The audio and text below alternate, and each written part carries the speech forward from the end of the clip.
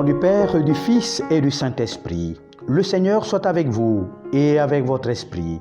Évangile de Jésus-Christ selon saint Marc. Marc chapitre 9, du verset 38 au verset 48. En ce temps-là, Jean, l'un des 12, disait à Jésus, « Maître, nous avons vu quelqu'un expulser les démons en ton nom. Nous l'en avons empêché, car il n'est pas de ceux qui nous suivent. » Jésus répondit, « Ne l'en empêchez pas, car celui qui fait un miracle en mon nom ne peut pas aussitôt après mal parler de moi. Celui qui n'est pas contre nous est pour nous. Et celui qui vous donnera un verre d'eau au nom de votre appartenance au Christ, Amen, je vous le dis, il ne restera pas sans récompense. Celui qui est un scandale, une occasion de chute, pour un seul de ces petits qui croient en moi, mieux vaudrait pour lui qu'on lui attache au cou une de ses meules que tous les ânes et qu'on le jette à la mer. Et si ta main est pour toi une occasion de chute, coupe-la. Mieux vaut pour toi entrer manchot dans la vie éternelle que de t'en aller dans la géhenne avec les deux mains, là où le feu ne s'éteint pas. Si ton pied est pour toi une occasion de chute, coupe-le. Mieux vaut pour toi entrer estropié dans la vie éternelle que de t'en aller dans la géhenne avec tes deux pieds. Si ton œil est pour toi une occasion de chute, arrache-le. Mieux vaut pour toi entrer borgne dans le royaume de Dieu que de t'en aller dans la géhenne avec tes deux yeux, là où le ver ne meurt pas et où le feu ne s'éteint pas. Acclamons la parole de Dieu. Louange à toi, Seigneur Jésus.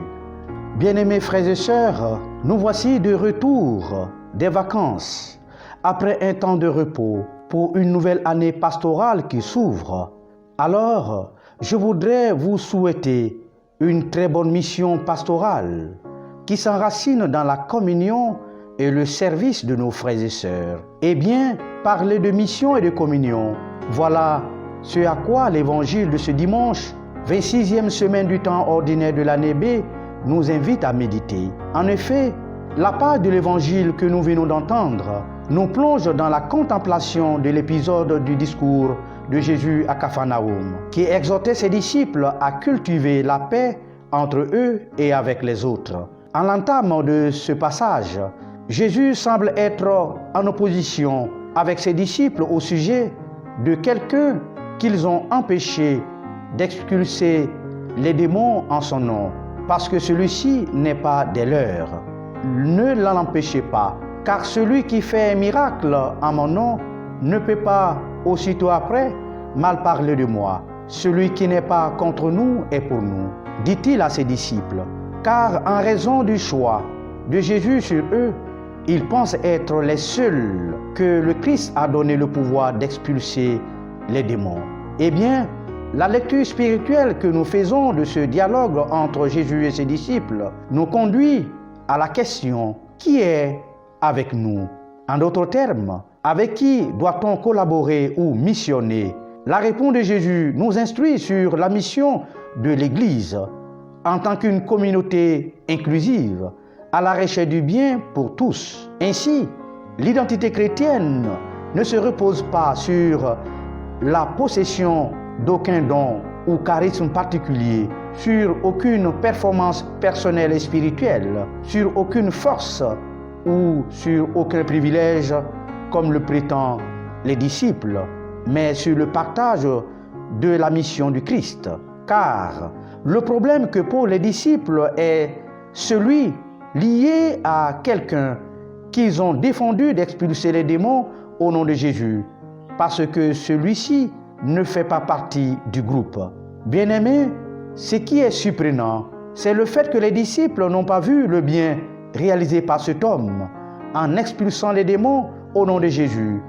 Mais ce qui les intéresse, c'est le fait que cet individu ne soit pas de leur groupe, car ils se croient les privilégiés de Jésus-Christ. Mais Jésus, lui, constatant le bien que cet homme fait, approuve l'acte qu'il réalise en son nom, bien que celui-ci ne soit pas du groupe qu'il a lui-même constitué. Le n'en empêchez pas. Nous avons en écho, frères et sœurs, les paroles de Jésus en Matthieu. On reconnaît l'arbre à ses fruits.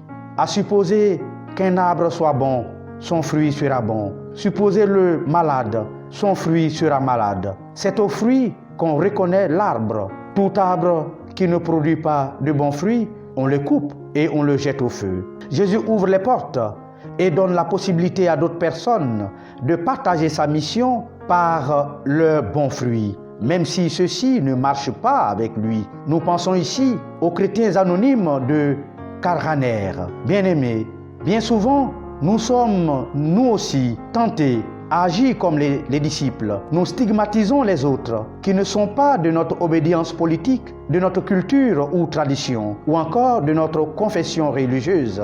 Nous nous enfermons dans nos considérations de nature exclusionniste. Nous les critiquons injustement sans mieux connaître ou sans chercher à y voir le positif. Ainsi, nous entendons des paroles telles que « vous êtes ceci, nous sommes cela ». Dès lors, nous sommes toujours prêts à comparer ou à juger. De même, dans nos communautés, dans nos familles, dans nos maisons, dans nos entreprises, dans nos paroisses, nous fragilisons la fraternité, la cohésion et la communion pour des raisons de personnes, de jalousie et de concurrence, en oubliant l'essentiel qui est l'unité.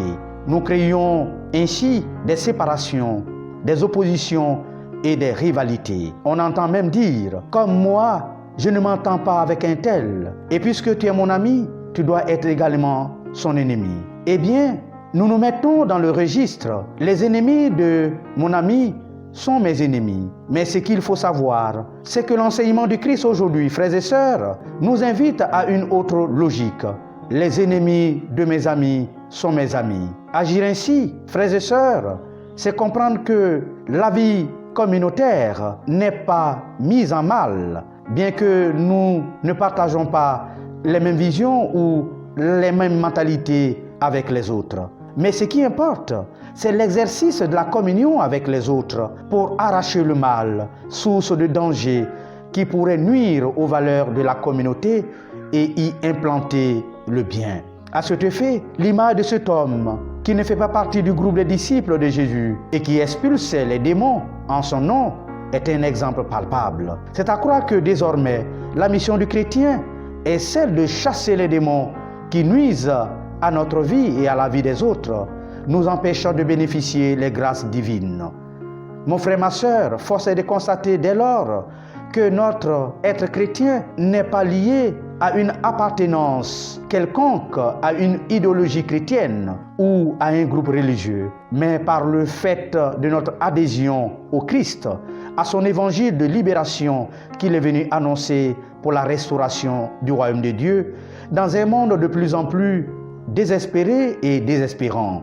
C'est pour ainsi dire que l'essentiel de notre ministère baptismal réside dans l'accueil de l'évangile dans la foi et sa mise en pratique pour un monde de plus en plus juste et paisible. C'est pourquoi le Christ semble être tolérant vis-à-vis de cet homme qui expulse les démons en son nom sans être parmi les disciples. Alors, frères et sœurs, il nous revient de chasser les démons. Mon frère, ma sœur, expulser les démons, voilà notre mission dans le monde, c'est-à-dire œuvrer dans notre vie chrétienne à chasser de nos cœurs tout penchant mauvais qui pourrait nous handicaper sur le chemin du salut. Frères et sœurs, c'est en ce sens que Jésus nous demande 3 recommandations radicales. Couper notre main, couper notre pied ou arracher notre œil.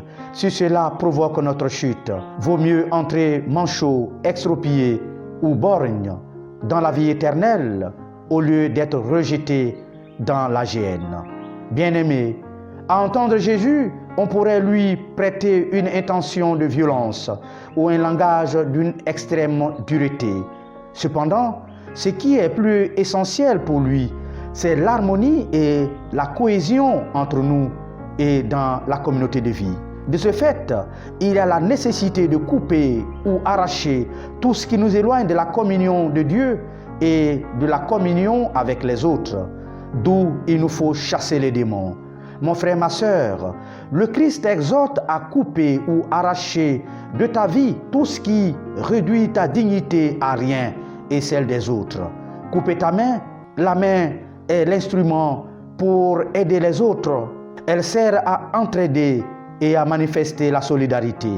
Alors si ta main est incapable de solidarité vis-à-vis du prochain, il faut la rejeter. Sinon, elle donnerait l'impression que la solidarité n'est pas nécessaire. Couper la main, c'est cesser d'être sans charité. Couper ton pied.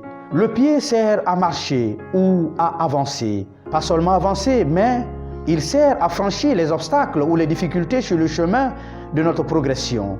Alors, couper le pied, c'est cesser de penser qu'on est arrivé au bout du chemin de la réussite, qu'il n'y a plus rien à faire. C'est refuser également de rendre visite à l'autre qui attend de toi un geste de charité.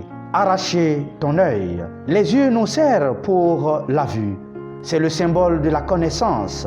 Arracher l'œil, c'est cesser d'être sans attention envers les autres. C'est aussi refuser de voir les misères, les injustices et les souffrances des autres autour de toi. C'est fermer les yeux sur la réalité présente et de tomber dans l'illusion que tout ce qui nous entoure est normal. C'est cesser d'être égoïste et accepter de s'ouvrir aux autres. Bien-aimés frères et sœurs, en ce dimanche, 26e semaine du temps ordinaire de l'année B, demandons au Seigneur de nous accorder d'être des hommes et des femmes capables de communion et de fraternité, pour plus de cohésion et de solidarité, afin de prendre soin de nous et des autres. Amen.